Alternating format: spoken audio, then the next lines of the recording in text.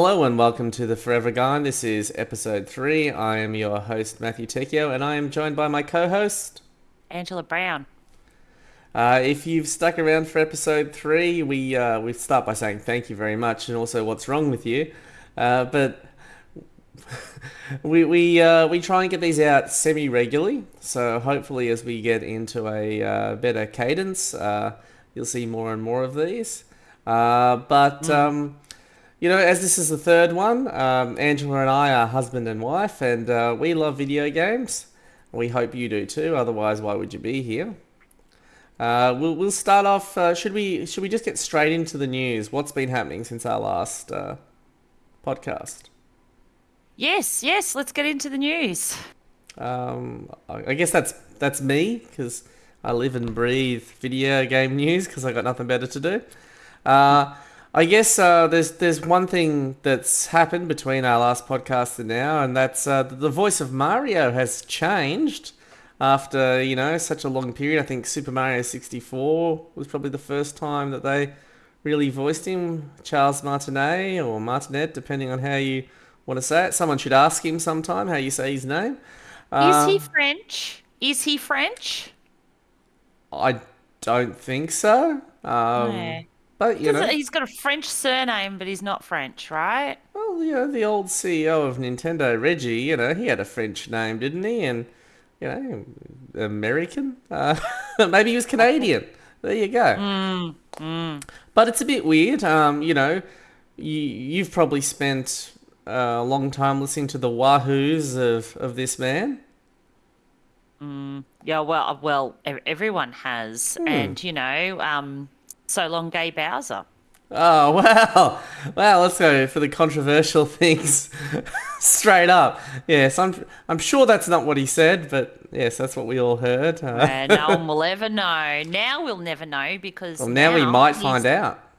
Oh, well, it's going to depend if he has a bit of a hot take on his firing or stepping down, He depending stepped on back. Yes, he's being he stepped sunsetted. back. He's, That's my he's that's my been term. that's a good way of describing it. Look, my personal theory is that he's been fired. I don't reckon he's been fired. I reckon they've just gone, you know what?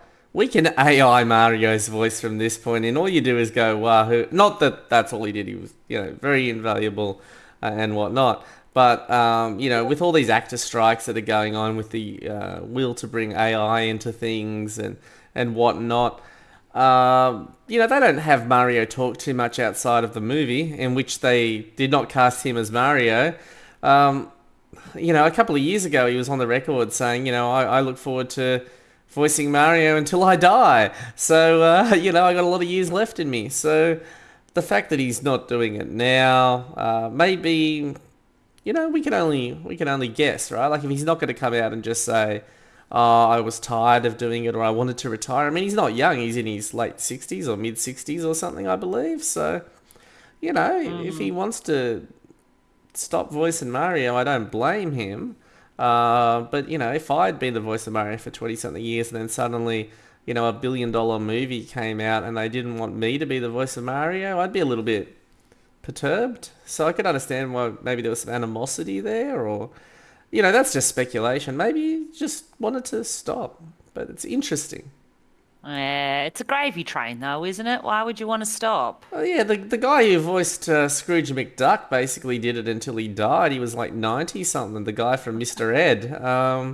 You know, there's something to be said for consistency of voice. I mean, voice actors they work hard. They have to put a lot in. Some of the things they're probably asked to do, and probably not given proper direction. You know, they probably end up hurting their throats for making all those weird noises and all that kind of stuff. So I wish him the best. I don't know him much from anything else. I know he was the voice of Parthenax or whatever in Skyrim, one of the dragons. But that's about all I know him from. What are your thoughts? You think he got fired? Oh, I think he got fired. I think for the movie, they didn't want an Italian stereotype. And they wanted a Hollywood actor. So once they greenlit that, it was the end. for the stereotypical Italian voice. And so, what's more offensive, a stereotypical Italian voice or having all of our media being dominated by American accents? I'm not really sure. But either way, it seems silly if that's the reason that he copped it.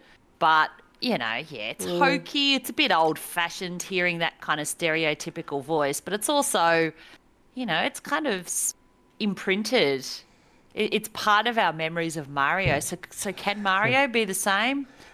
I don't know. I've I don't never know. heard I've never heard an Italian person complain about Mario's representation. And as a man who has an Italian last name, I just want to say, Mamma mia! Oh no, what have you done? Oh, so you're owning it, are you? And it's I, okay? I think Italians have owned it for a long time, right? Like, and it's not right that every time there's a wave of immigrants that they have to go through the horrific racism that they seemingly have over the years. But I think Italians came and went through that so long ago that they kind of embraced it as a stereotype, as a jovial kind of thing. I can't speak for all Italians, obviously, but it's not like it's seen as offensive. Like, he's not making fun of Italians. He's just, oh, I love lasagna. Yeah, I don't know. I mean, Lou Albano Mm. played Mario, and Well, that was awesome. yeah, That was oh, awesome. Captain Lou absolutely. Albano, You see, yeah, he'll playing. always be your Mario. Oh yeah, yeah, yep.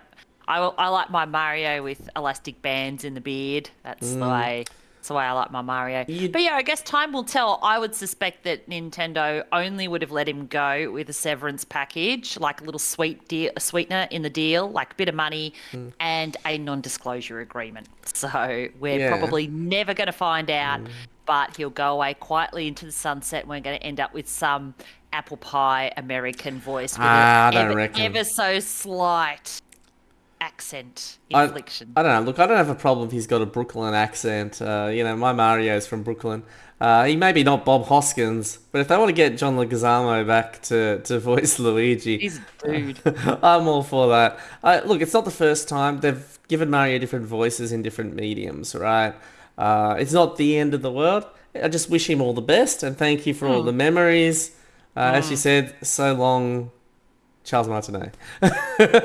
The other bit of news I've got, there was a company called Volition. You may or may not have played any of their games. They did the Red Faction games. They did the Saints Row games. I was quite fond of Saints Row 3 and 4. They were very absurd and good fun takes on something like Grand Theft Auto, which was just a bit too serious for my liking. That company has shut down. The company that owned it after THQ closed down, which was, I believe, the Embracer Group, who were embracing probably more than they should have. Um, that they had wandering hands and they embraced one too many companies. They had a $2 billion deal with the Saudis apparently fall through, and the Last Saints Row didn't do well, and Volition was probably their biggest AAA studio, as it was THQ's at the end. And I guess they just had to cut money, but it's sad to see. You never like to see a big developer close down, especially one with very good talent. Wish them all the best. I'm trying to think about what else they may have worked on over the years that we may know, but those are the ones that really I remember. Mm. It's one of those things again. Consolidation of companies, like having companies buy other companies. Yeah, so always sad to see another game company close down because we like more games on the market, right? And the more people making them, the better breadth of genres and things like that you see. So, yeah. Yeah, yeah, almost like the Hollywood system. The big companies eating the smaller companies Yes. until there's only a duopoly left. There's always a Mm-hmm. danger if you consolidate all of your games Yep. companies, how many more creative original voices we have in the marketplace. You just gonna end up with sequels or rehashed shit. I mean, if they'd only doubled down on that lucrative N-gauge market or something, maybe that would have saved them. We don't have one of those. We should get on that. Yeah, they're probably under the desert somewhere. I don't know. They look like We need to. tacos. I Well, he did recall a need to friend of phone mine home. getting one. Oh There was a no. phone. He needed to Oh. ET phone home. You gave that one to me. Dad jokes galore. Well, it is Father's Day today. We're recording on Father's Day, and so we had to chuck a dad joke in there, I guess. Look, I got this beautiful gift from my family. This beautiful KFC T-shirt. I feel blessed.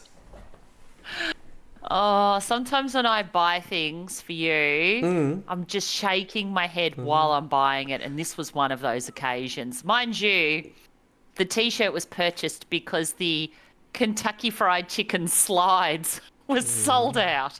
So, Well, you have to t-shirt it is. you have to be out in public now with me wearing a KFC T-shirt, and I will wear it with pride. Uh, I guess I'm wearing a Dragon Quest t-shirt, you so are. We're logos. We're billboards for companies. Oh my God! How come we can't charge them money for wearing this stuff? So, having covered the two things that I can think of that has happened between now and then, I suppose we could say that news is that Starfield has semi-launched. When's Obviously, the actual date that it's next coming out? weekend. Next weekend. So this is I'll date us on this podcast, which we try not to do, but today's the 3rd of the 9th, so it's the Sunday. And if you want to pony up some money now for the whatever they call their Ultimate Edition or Legendary Edition or whatever they want to call it, Premium Edition, if you want to pay up that big money, you can play it now. If you want to pay $50, I think you can pay $50 on top of the Game Pass. Oh, I've been tempted. Many times have I been tempted. Oh, you've been skulking around the house while Starfield Whale Edition has been out there. You've been quite, physically itchy. I'm You Captain know, Ahab. walk... Yeah, that's right. Captain Ahab hunting his white whale, and he's Yes. he's just hoping that look, if you read the internet a lot and you read a lot of gaming stuff on the internet and all of your friends play games and that's all they do, of course, on day one, and you're reading what all your friends are up to, that's when Matthew Tecchio starts pacing around the house. Because, Yes. he doesn't have it. But, patience is a virtue, and you'll get to play it in a year's time. It will be the physical copies will be discounted, and no one's going to give a shit. So I I'm not. say, just Yeah. wait. Yeah. You're not wrong. But then they sold Skyrim on everything. Skyrim was on the Alexa and all that kind of stuff. And look, I can't wait to play it. Really looking forward to it. But I'm in the middle of a playthrough of something else at the moment, so we won't do that. But I hear that it launched in a complete state, with good performance, and it's not janky. And in today's climate, to have a game that launches that is all those things, that's great. So that is news. It's a Well, big frankly, game. if they launched a game that they were asking people 50 whole dollars to play, 50 whole dollars so that they could play it 1 week before everyone else, the last thing that you should have happen is have a half-finished game launch. There is absolutely no way known you should go with a strategy of charging people an extra $50 unless your game is ready to play. No, no problems with it. That would be the most cynical, horrible thing you could do to the public is ask them money and then present them with a half-finished product that they would then improve upon and be ready for people to play on its actual launch date for the people who have paid less money. That would just be a disaster. Let me introduce you to the rapid process, Angela, where minimum viable product is what you get out the door, and then you fix it later. But so many games have lately. They've like, do you remember when Cyberpunk came out about a year or so ago, and it was Oh, just yeah. Yeah. I mean, people do it. two Cyberpunk is years probably ago? the most well-known example. It took them a year to release a completed version, basically. But Cyberpunk, well, I don't know who the developers were of Cyberpunk. They didn't ask an extra $50 for you to get it a week early. Not that I There's know of. big diff Yeah, there's a big difference there. The day one completed product versus a day one or a day -7. Well, Getting a pre-launch title that's not ready to play, that's unconscionable. if it hasn't been done yet, it will be done at some point. So, Probably, yeah. probably. Someone will do it. But looking forward to playing that. So, what have we been playing? I don't think there's been much change in what we've been playing. What have you been up to, honey?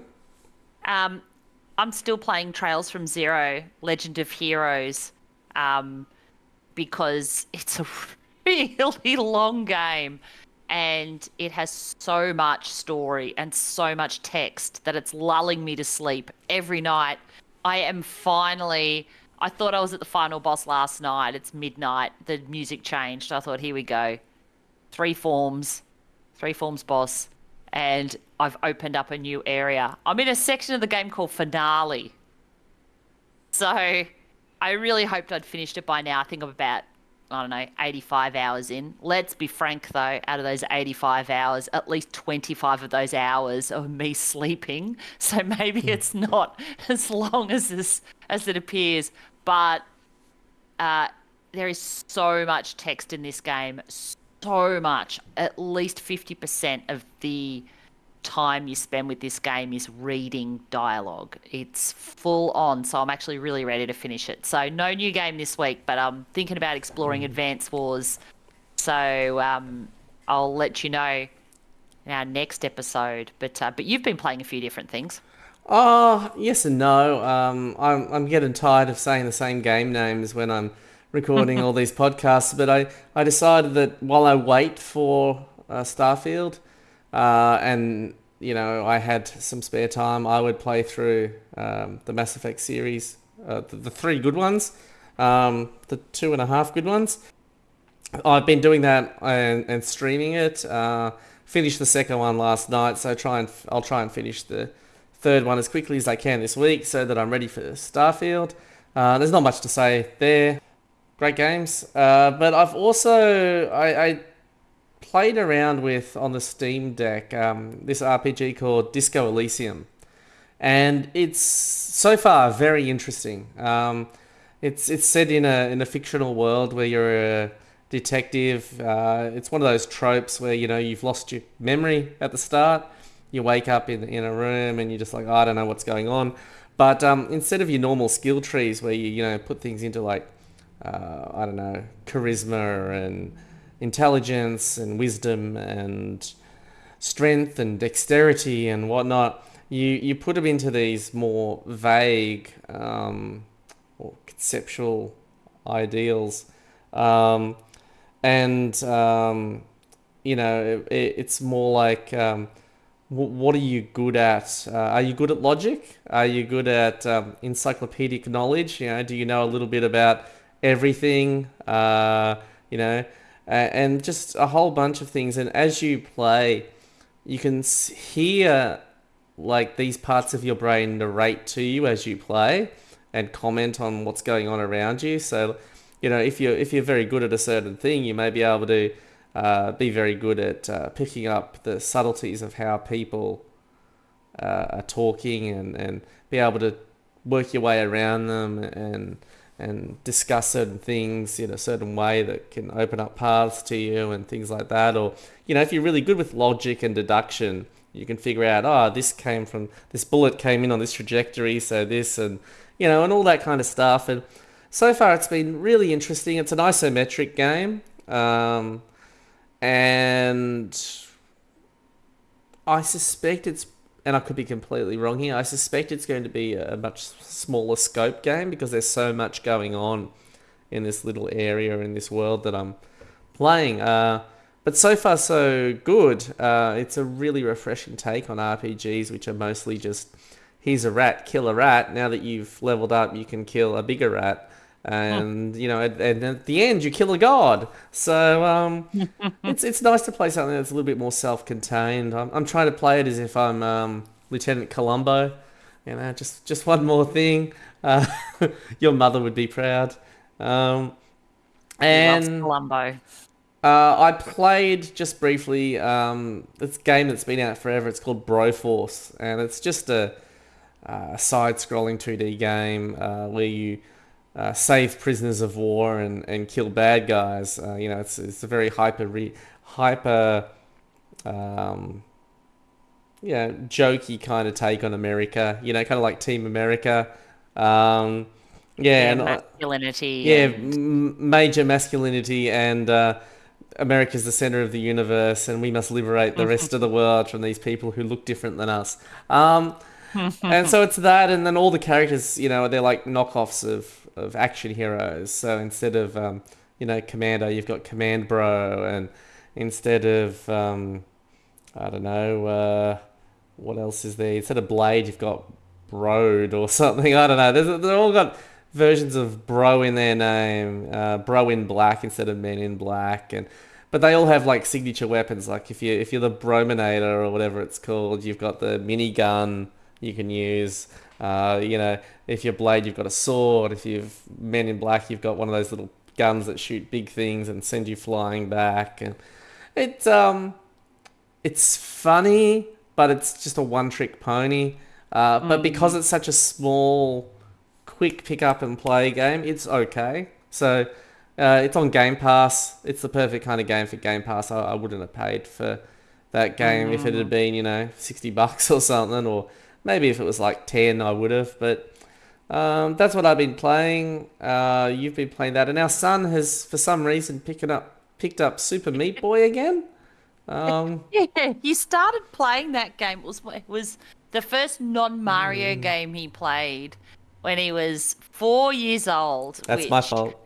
is a shocking. Well, yeah, if I remember correctly, I did have an objection at the time, but I didn't object too hard, obviously, because he continued playing it. But I think we were probably a little shocked at how well he picked the game up, Yeah. and how quickly he picked up a game that really requires you to have super quick reflexes. And here he is, he's this tiny little thing of 4 years old sitting on the couch, and the controller is like, he's got his tiny little hands wrapped around it, but he was really doing well.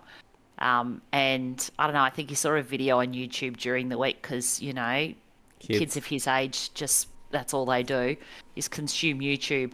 And he spotted someone playing Super Meat Boy, so he decided to pick it up again. And now, with that one track obsessive mind of his, he's now got to complete it all to 100%. So that's what he's doing as we speak.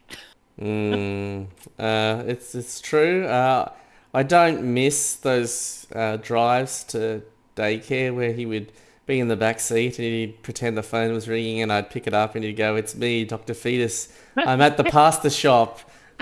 Meat Boy, I need you to get to the pasta shop." I don't know what was going on there, but that happened day after day. It's going to stick with me to the rest of my days. Well, even now, he's a lot older than 4, and I would still be uncomfortable with him talking about Dr. Fetus in the public domain. Yeah. So, yes, so it must have been even more shocking back then. Thank God it was confined to the car. So, granted, next podcast we probably both will have something new that we've actually started playing in earnest. Let's talk about. We always have a section where we talk about something that tickles our fancy. Stupid titles for games. Oh, so many. Yeah, so many, and they all seem to come out of Square Enix. But do you want to start off with one that you think is quite strange, or? Yeah. I think we were talking about this because while I was playing Trails from Zero, I kept stuffing the title up. I kept calling it Trials because there are plenty of there's a game series and plenty of other games that have the title Trials, and I kept calling it Trials to Zero or Trials of Zero, but it's actually Trails from zero. That took me maybe a week to get right. So it did get us thinking about stupid titles for games, but generally RPGs, generally Square Enix, out of Japan. So here we go talking about JRPGs again, but the two well, there's a couple I want to mention. We have to mention, we had to think about this one. Final Fantasy has a few dumb titles, but Dissidia has the sequel, the second Dissidia one. I had to write it down because it's so stupid. It's spelt Dissidia, which already is a made up word, I think. Dissidia 012, but you actually pronounce that duodecim. So what's the What? Final Fantasy So Dissidia Duodecim? I think it's actually Dissidia duodecim Final Fantasy, Oh, of which course. Sorry, my bad. is Japanese for Final Fantasy Dissidia 2. They could have just said the fighting one or something simple, but no, that's a particularly fucked up title. Ooh. I also you mentioned Kingdom Hearts as well. Kingdom Hearts has a couple of dumb titles actually. Dream Drop Distance. That's the Yeah, one. what Is that the does that 3DS one? mean? I don't know. Yes. And then That's not a good game either. Bad title, bad game. what was the other one called? The other Kingdom Yeah, Hearts. yeah. The one we were talking about was 358 slash 2 days. Yes, Now, that's I don't think 358 either over 2. It's 358 over over two. 2. Yeah, but the days is in there. So is it 358 over 2 days? Yes, I think it's meant to be Oh, like, 356 days would be 1 year over 2 days, but 358 days would be it's not two. But when you read it, you go, oh, I'm gonna play that Kingdom Hearts It's 358 over 2. That cannot wait to get my hands on that. Like it just doesn't it's make any sense. it's bad maths, and I So, can't do maths. It's bad maths. oh, maths is hard, man. I don't do maths. I got Yeah. I got one here. It's called Infinite Undiscovery. Now, I don't know what undiscovering something means because once you have discovered it, how do you undiscover it? I don't know. Is undiscovery a word? I suspect not. Prove me wrong. But infinite undiscovery, does that mean I have uncovered everything and then I have undiscovered everything? It's not a terrible game actually. It's I played the whole thing. It's a little bit weird in places. It's a little bit odd, but it's not a terrible game. It's one of those games that has more mechanics and more ideas than it can deliver on. So, there's all these weird cooking things and all kind of stuff. You don't need to engage with any of it. But Infinite Undiscovery, what does it mean? Have you got another name, honey, that you want to throw out there? Um, I want to give a special mention to when they decided to make a second Bravely Default game because uh, there was a little bit of time between the original Bravely Default, which had a tag, which was Flying Fairy. So it was Bravely Default Flying Fairy. Beautiful. That was the title. Don't say it fast. And that was fine because it played into the story. I don't know if you want. I won't do the reveal, No, but it. no I won't do spoilers. no spoiler, but that actually does play into the story in a very clever way, so that's fine. Anyway, they decide they're going to put out a second one, and they go, "Now, hang on, it's a Bravely Default game, but it's not a sequel, but it's a Bravely Default game, so we're going to call it Bravely Second." I'm like, okay, it's not catchy. Well, It's not catchy. So that's fine. Great. All right. So I played it. That was okay. But then they put out Bravely Default 2, which I what? which I don't think that was originally the plan. I feel like that wasn't the plan. And then Bravely Second came out. Maybe it didn't do as well as they hoped. I'm not sure. And then they decided to put out Bravely Default 2. See, I even went to mess it up. Yet it's in the same universe but not the same characters. Look, it's messed up. Anyway, a universe where you have Bravely Second and Bravely Default 2, that is I'm crowning that the winner of shittest titles and shittest concept. I don't know. Sometimes I feel like they don't even try. Like they put out a game recently called Various Day Life. Um, I mean, I get it. You're putting out a game that's kind of like a life simulator. It's like Harvest Moon. But Harvest Moon. I'm harvesting under the moon. I'm harvesting on a moon. I don't know, but you're harvesting. It's not a bad name, Harvest Moon. It rolls off the tongue. No, it's the Various. moon phase. It's the moon phase under which you take harvesting. Is that Yeah, how? that's what I reckon. That's my take on it. Hmm. Yeah, like it's like, the same way that I don't know, at night you got a red sky at night as a shepherd's delight. I don't know. Wow. Okay. I'm uncovering all kinds of things I didn't know. Um, but you say that like seasonal, you harvest over seasons. Harvest. Okay, I'm Yeah, I'm right. I'm cool with that. Yeah, that's a name.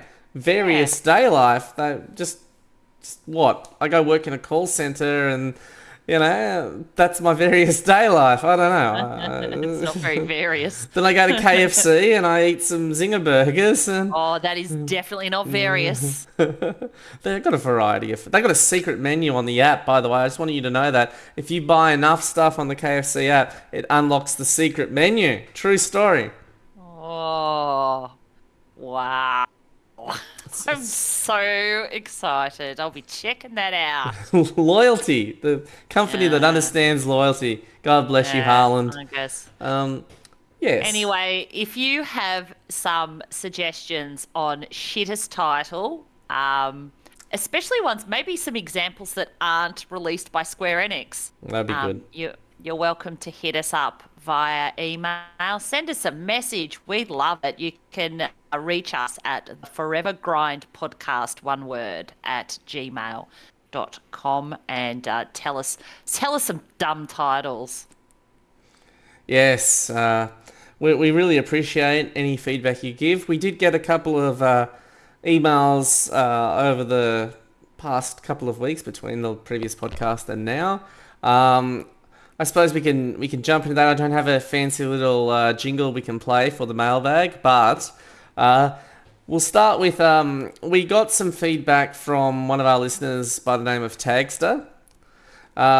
He was listening to us talk about sound bites and things that we really liked, and he has some that he wanted to mention. He was very fond of in Final Fight when you beat up the car, and then the man runs out and he says either "Oh my God" or "Oh my car." I get that one. That's one that I've heard a few times over my life, and we'll play that here. Oh my god. He also said, look, while he mostly plays arcade games, he did import, Super Nintendo, Super Famicom games back in the day. And he wanted to know what we thought of a game called Soul Blazer. Now, I don't know if you've played Soul Blazer before. I haven't. No. I actually had to look it up, and it does look like an RPG. So it's up our alley or in our wheelhouse, or you know that kind of thing. So what I'm going to agree to do is I'm at a very close point in the future.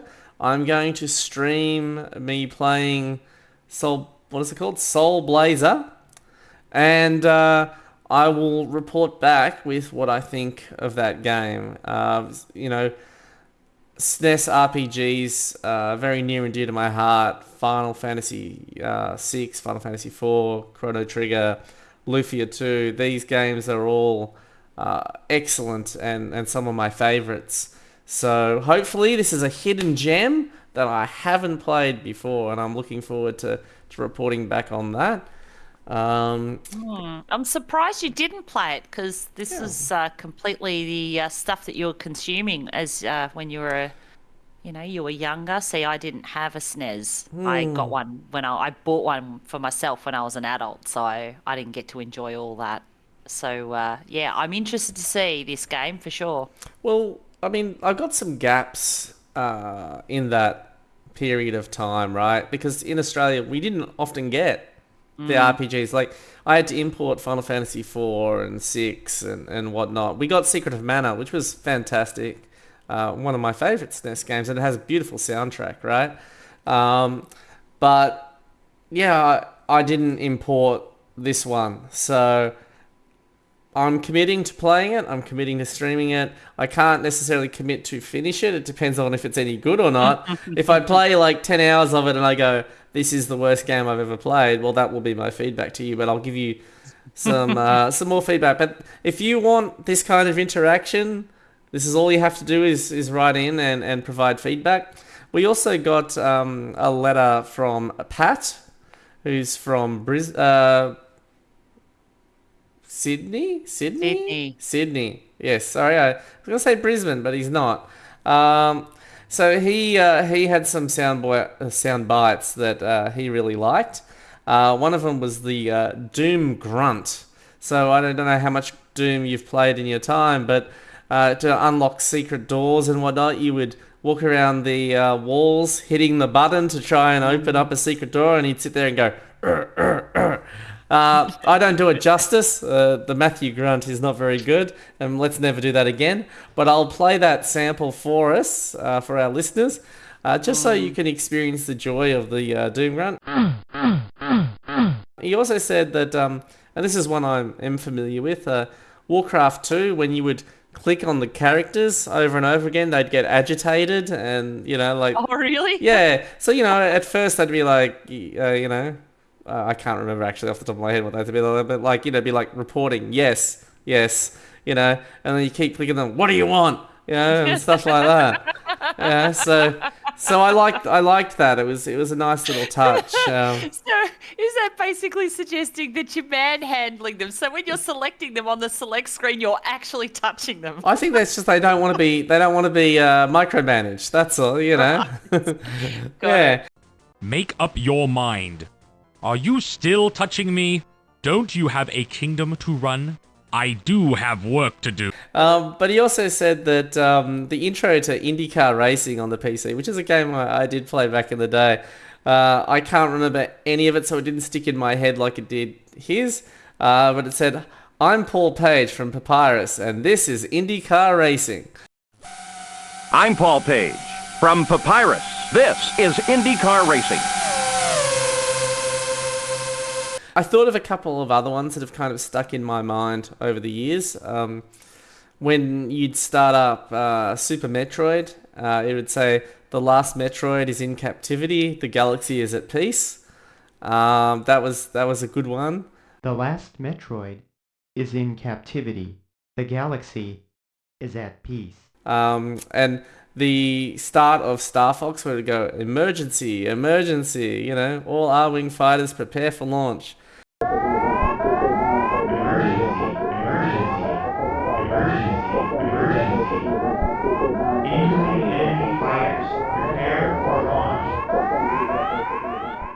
And there was one last one, which was for the Commodore 64. So there wasn't a lot of speech in games back then.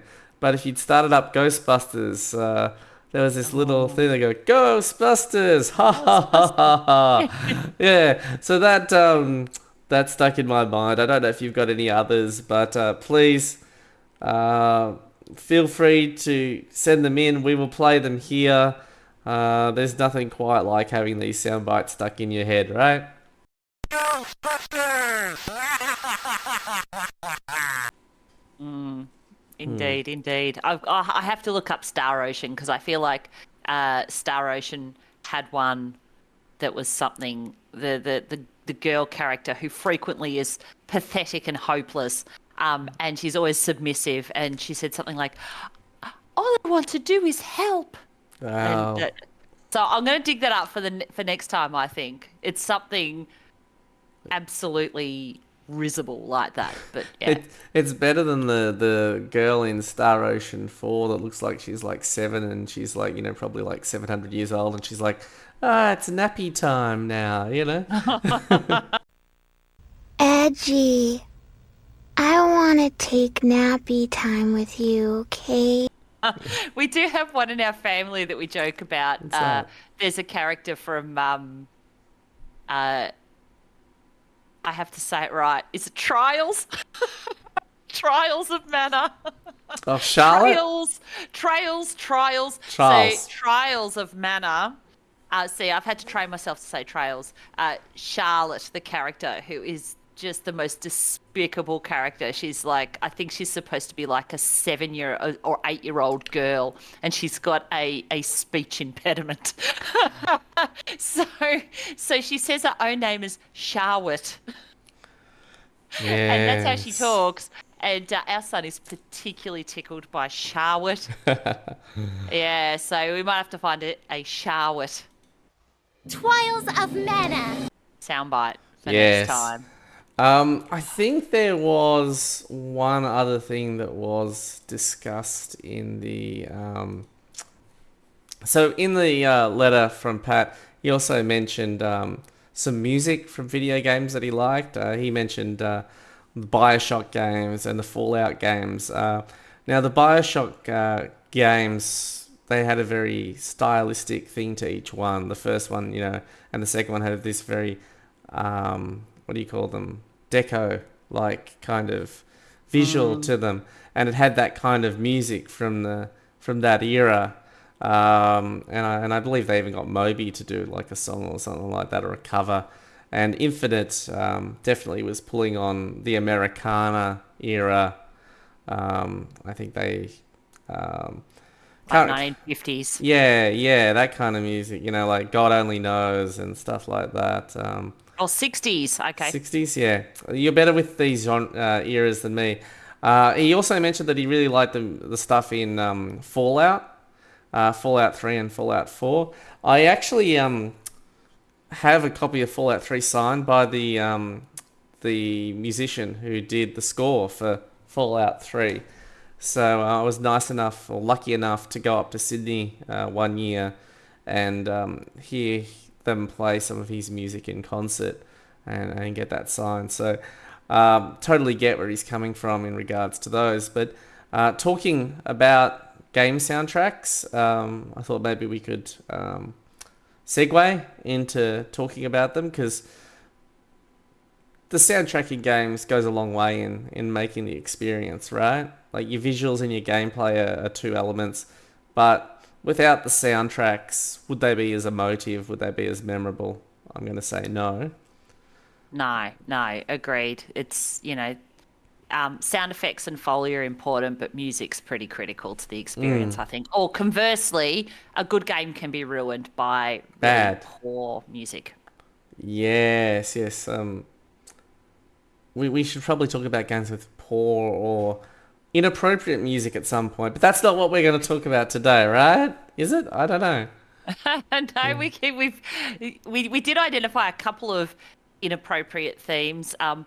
I called it when metal inappropriately intrudes in your RPG. But is it inappropriate, or is it the best thing when metal... Oh, look, I'm saying inappropriate, but does that mean I dislike it? It doesn't mean I dislike it. I love it. I love it. It's a strange choice for the moment. Yes. But it's cool. I was talking about games with bad soundtracks, so let's talk about... that's it.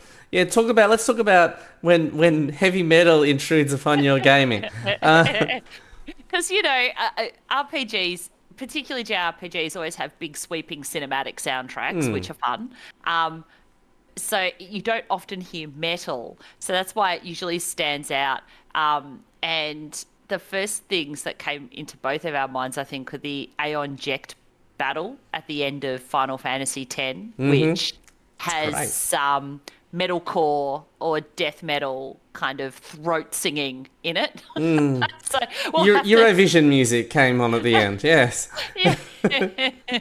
So that was weird, because everything to that point in time, you've just come off Xanakand and you're like, oh, how nice. And then you hear this throat singing and, this kind of metal singing. Come on, it's a good song though.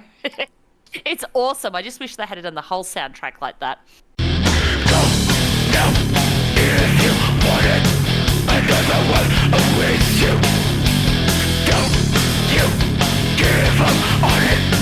You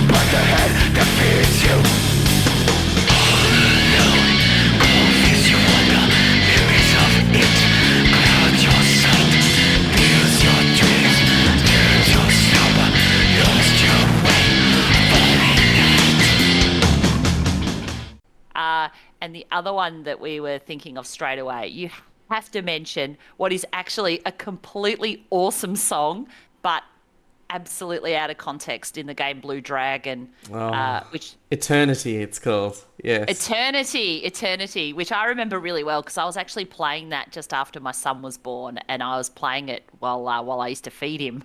He was a baby, and I was playing Blue Dragon. Explains a and lot.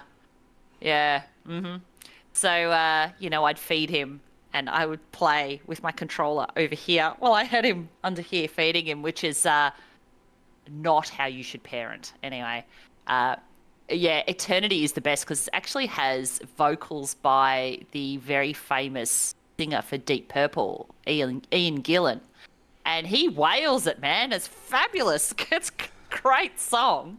So I suggest you go and check that out. Have a Oh, listen we'll on play it. YouTube. We'll play it. No, we'll play Yeah, we'll play a brief a moment of decent. it. Mm. Yeah. Before we Yeah, get yeah. copyright striked, we'll play a snippet of it because it's a game that's visually, it looks like Dragon Quest kind of stuff, same artist and whatnot. Yeah. It's orchestrated, it's lovely and whatnot, and then you get into your first boss battle and this wailing starts and you're like, what the? Yes, yes, It's awesome. yes, I'm in.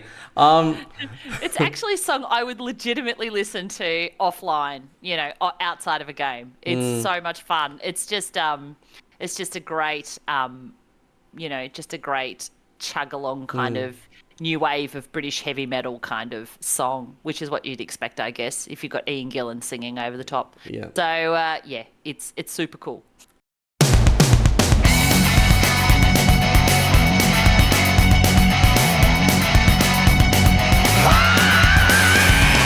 Staring all in your eye, showing you what you can see. Reaching hands, you are blind, staring down eternity.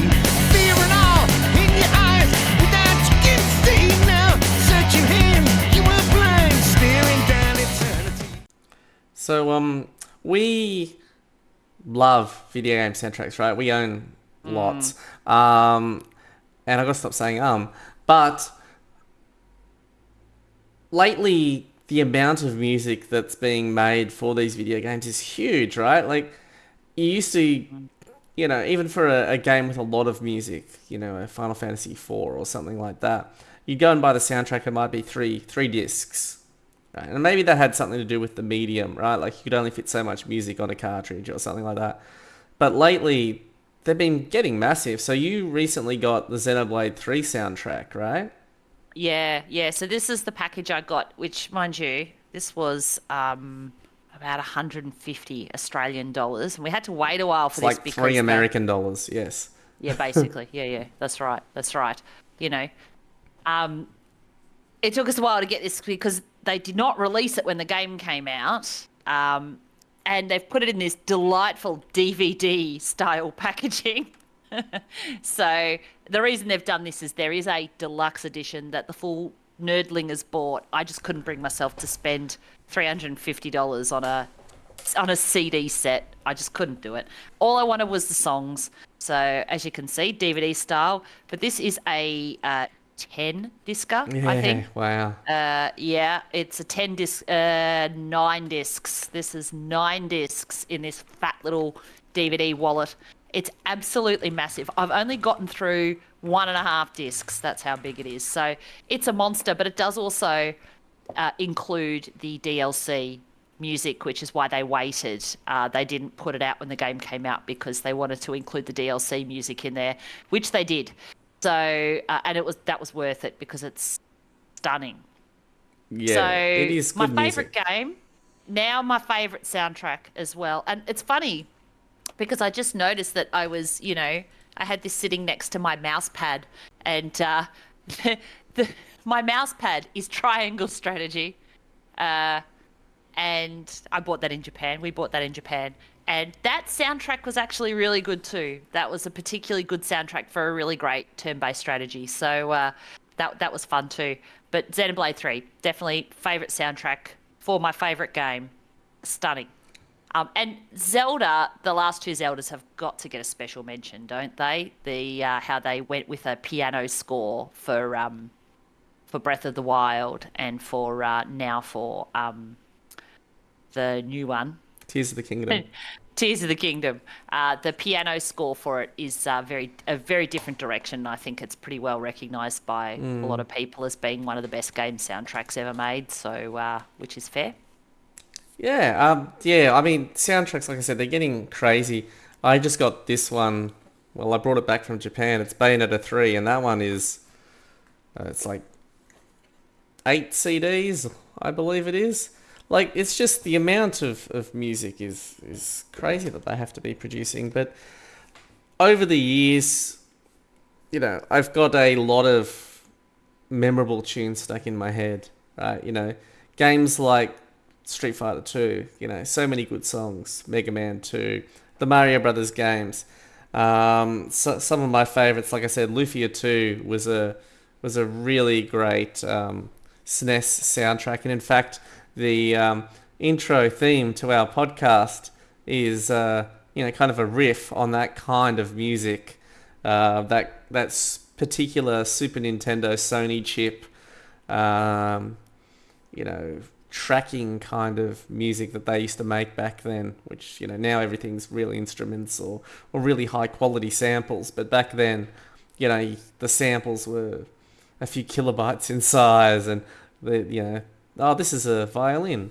But I guess my favorite soundtracks might be the soundtracks from Nier and Nier Automata or Automata, or however you want to pronounce it. Those games have amazing soundtracks with combinations of, English, Japanese, made-up languages, lots of orchestral wailings. My wife's not a fan of the music itself, but I think it's absolutely amazing, especially in context to the games. There's something to be said for games where the music does fit the scenarios. I haven't played the first Drakengard, but I hear that the first Drakengard, which is a game in the same sort of series, is designed to make you feel uncomfortable and horrible because you play a psychopath. And so the music is just unsettling, like it's classical music that's been remixed over the top of weird stuff. And I'm looking forward to playing that sometime. Well, you've got a music box, a Nier music box, which I guess tells you how well regarded the Nier soundtracks are. That in Japan they put out a series of small wind-up music boxes for the soundtrack, and there it is. I don't know if our viewers can hear this. I heard it for a second. That's okay, but there you go. It's a There it Nier goes. music There it goes. Oop. Anyways, it doesn't matter if you can't hear it, but the fact they put out a music box for it is pretty cool. Yeah. It's pretty cool. We've got some vinyls as well. I got a Nier vinyl, and we've got some Final Fantasy ones, and They take it pretty seriously in Japan. It's a whole industry. And game I soundtracks. can meet your nerdism because my mouse mat is a Nier Automata mouse mat, which you bought for me. It for you. Yes. It was a Kong off one. It was a Donkey Kong one. I don't know where that's gone. I think I gave that to our son because he needed a mouse mat. Yeah. I would also like to mention a special mention goes to Mario Kart 8, which is a full band. It's like not orchestra, it's a full band. And that is a rockin' soundtrack. It is fantastic. If you pick up Mario Kart 8 and you listen to the theme music that's a full band and you are not ready to play, I don't know. Can't help you, mate. Because every person who hears that theme music as they start it up is immediately energized and ready to play, which that's an extraordinary thing for a soundtrack to do. And absolutely special mention to my actual favorite soundtracks that are not orchestrated. The whole Persona series of soundtracks, every single one is killer, although I think a special mention to Persona 3's soundtrack, which I think is both of our favourites, has possibly the catchiest songs, but they're definitely in that kind of jazz, lounge, jazz fusion, sometimes disco, Really, really awesome, awesome soundtracks. Everyone is like a fully formed album that you can really get into. So definitely, if surely everyone's heard at least the Persona 5 soundtrack at this point, but you should definitely listen if you haven't. Yeah, they're fantastic. That reminds me, the Final Fantasy VI was amazing, especially for the Super Nintendo. The stuff they were able to do there, especially the last couple of songs in the games, just someone was firing on all cylinders when they did that. Yeah, and 12. 12's my favorite. Yeah, 12's. There are so many, right? And you're talking about Mario Kart 8 there.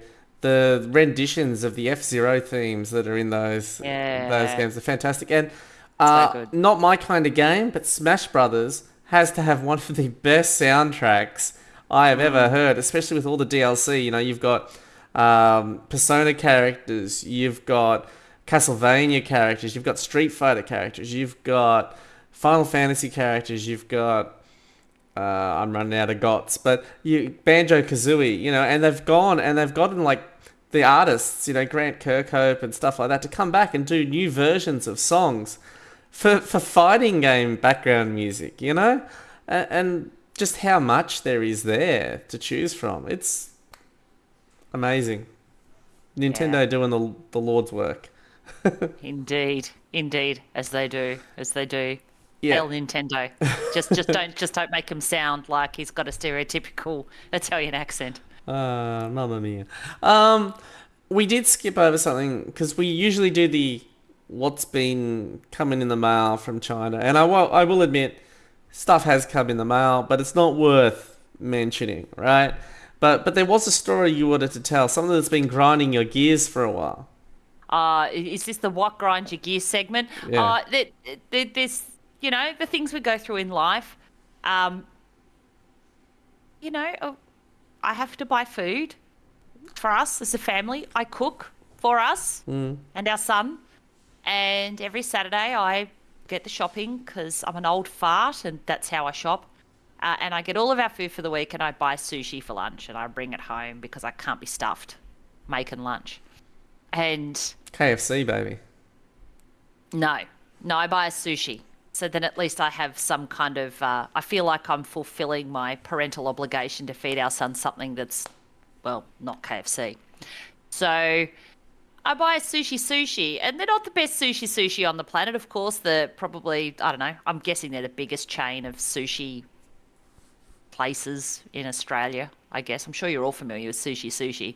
But God, it gives me the shits when I tell them specifically, right, no soy sauce, because how can you not think about impending environmental disaster when you just think about every single one of the little plastic fish that, taken custodianship over time, or the ones that you don't even use and you don't even open, you just chuck them in the bin. And if you think about how many billions of those that you've chucked away over the years, you feel a bit guilty. So I just say, no soy sauce, right? I don't need it. We don't need it. You keep your stinking plastic fish. Anyway, every single time I say no soy sauce, they stick soy sauce in there. And so I've been keeping them because, again, I feel guilty. I was raised Catholic. This is built into the software. And anyway, I just took a photo of what our cupboard looks like from me keeping the soy sauce fish. And we literally have a sea of soy sauce fish swimming in our cupboard because every time I say no soy sauce, and then they put soy sauce in there against my wishes, I just chuck it in the cupboard thinking I'll try and use it later. And now we have all of these soy sauce fish in our cupboard. So what I should do is I should open the packet and I should check that they did what they said they do, which is not include the soy sauce. But clearly I'm not doing that. So I am also at fault. Do you think soy sauce goes off? Is there a use-by date for soy sauce? Nah, it's so salty. It's so much salt. Okay. It's brewed. It can't go off. It's like saying sugar goes off, surely. We don't give sugar a chance to go off, though. Not in this house, no. So I don't know. maybe you experience the same thing when you ask for a couple of sushi hand rolls and you say no soy sauce, and they always chuck a couple in there and you chuck it in the bin, and then you feel like you might have displaced an Amazon rainforest tribe from all the plastic that you're They're disposing fish. of. Just go back into the sea, right? Throw that plastic into the Yeah, sea. forever. Uh, Forever. Non-biodegradable soy sauce fish. Anyway, yeah, if you've That's got what- something that grinds your gears, that grinds your Yeah. experience points, let us know, and and we'll discuss, because I like judging things, especially people and their behaviour. So let us know. We put the podcast email address down below. This is probably a good time for us to also wind up the show. So I think it's worth mentioning that you can find both of us online, and we do appreciate interaction. So where can they find you? So on Instagram, I'm Pons Institute, one word. And that's also where you'll find me on Twitch, if and when I stream. Yep. And on Instagram, you can find me Matt_Techio, which follow the thing below. And you can find me on Twitch, Twitch TV/Lyrial. That'll also be down below. Come by and watch me finish the rest of Mass Effect or play Soul Blazer. Is there anything else we wanted to cover before we say our goodbyes? No, I think that's about it. So again, thanks for allowing us to assault your ears. And yeah, we hope you have a good one. And I guess we'll see you next time. Yep. Thanks for watching. Bye for now.